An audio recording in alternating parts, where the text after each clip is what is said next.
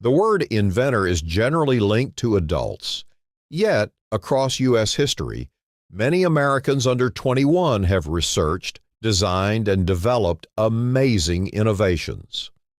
As soon as European colonists settled in North America, individuals of all backgrounds and areas of expertise began developing a lot of revolutionary devices and resources.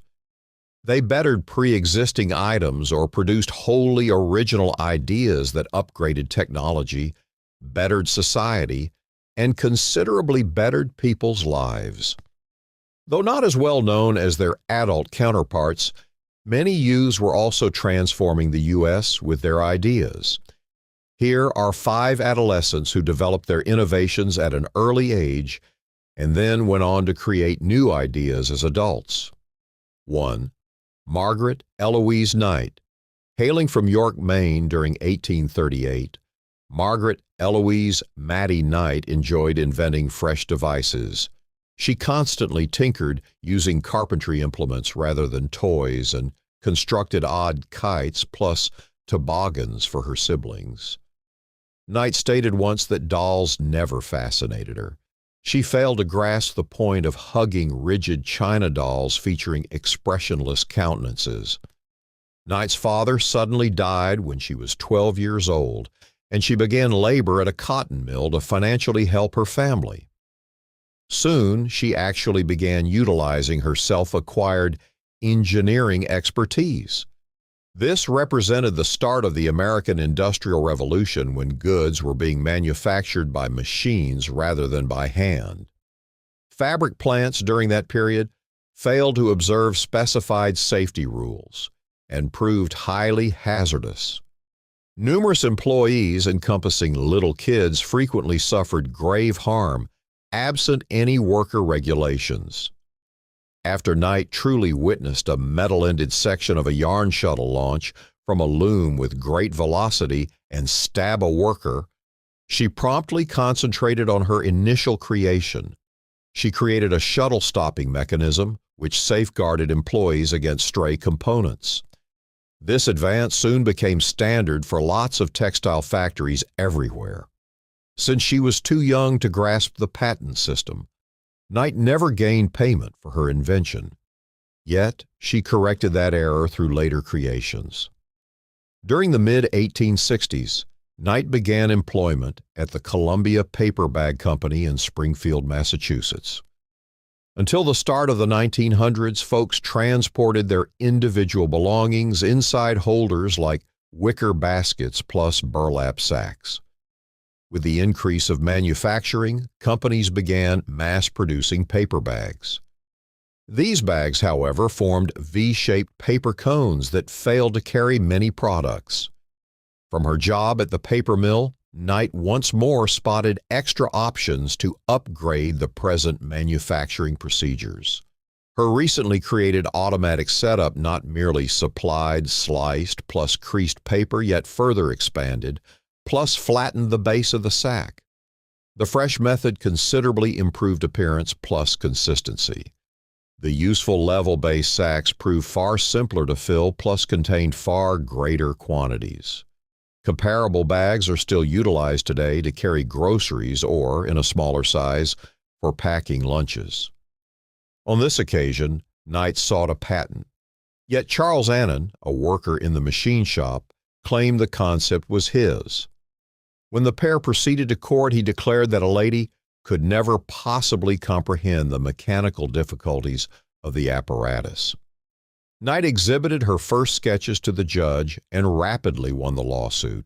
She afterward established her personal paper sack business in Hartford, Connecticut.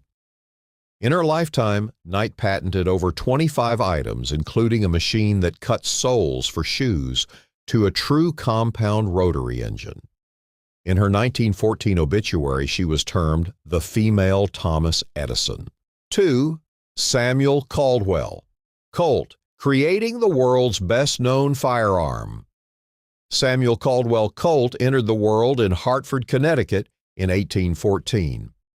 While laboring at his father's plant and a local farm, he thoroughly loved breaking down mechanical objects and discovering their operations. This proved particularly accurate for firearms.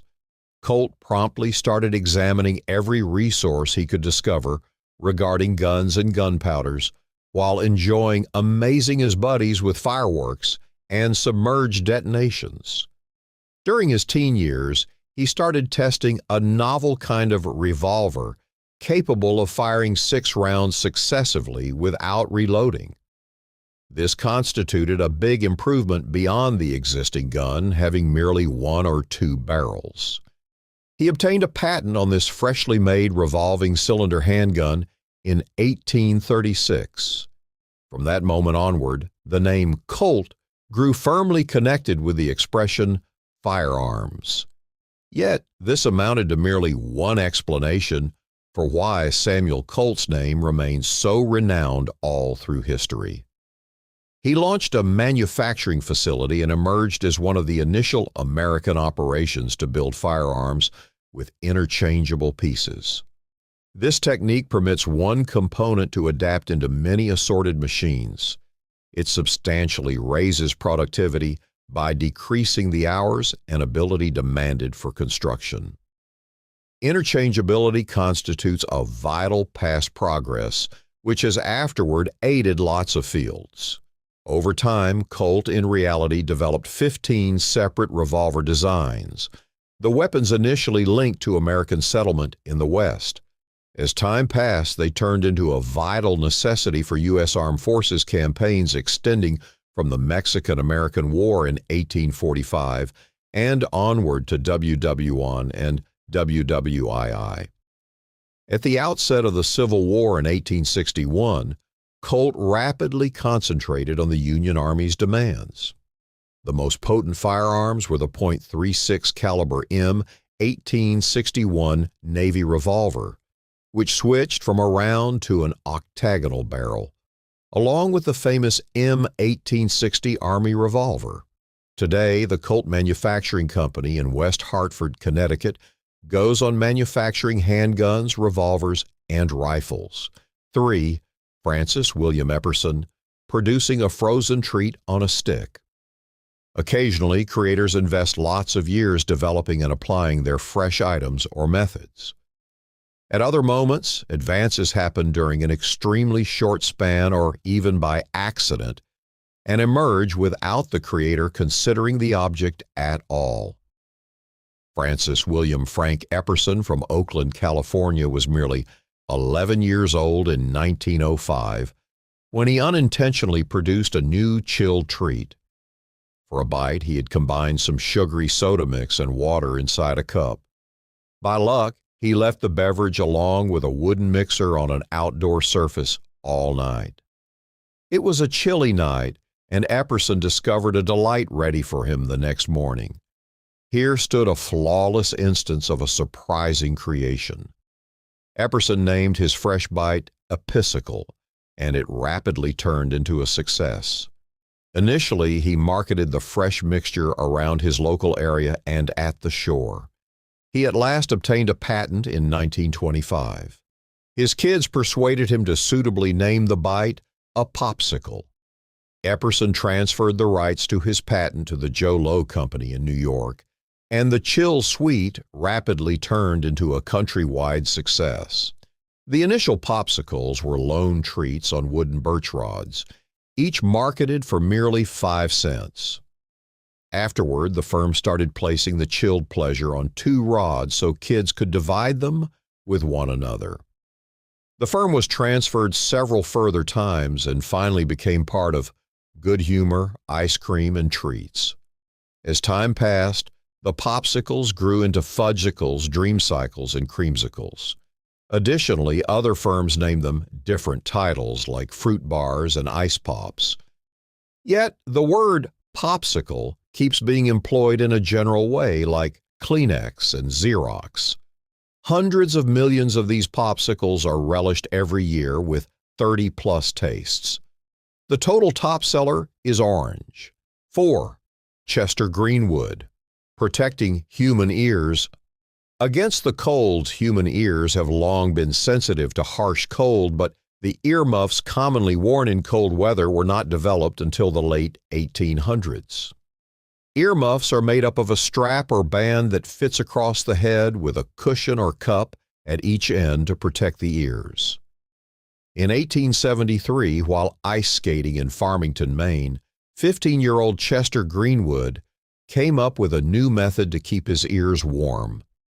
He had his grandmother sew layers of fur on the ends of 2 wire loops. Although Greenwood used the earmuff successfully to stay warm, he did not appreciate the value of his invention until 4 years passed. He later refined his design with a steel band and called it Greenwood's Champion Ear Protectors. His patent from 1877 soon made the product an essential part of winter clothing and included special models for soldiers in World War I. By the mid-1930s, production reached 400,000 pairs annually. Like other inventors, Greenwood continued to create more products. These featured a folding bed, a wide-bottom tea kettle, and a shock absorber design still applied in airplane landing gear. He also operated a bicycle business and established the first telephone system in his town.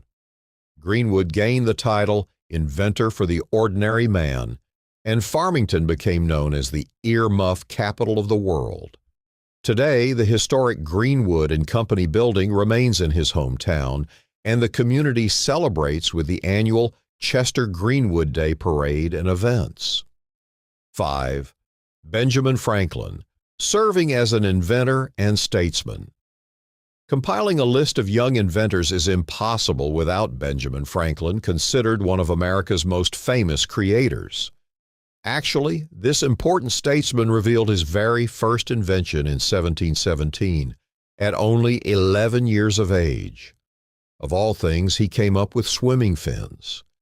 Franklin loved swimming and so developed these fins for his hands instead of his feet, like people do today. In his article, The Art of Swimming, he wrote, "I made 2 oval pallets, each about 10 inches long and 6 broad, with a hole for the thumb, in order to retain it fast in the palm of my hand." The final design looked like an artist's palette. During his lifetime, Franklin made scores of inventions, including bifocals, the glass harmonica, and the Franklin stove. His lightning rod became well known for protecting buildings from dangerous sparks of electricity. However, Franklin never patented any of his innovations.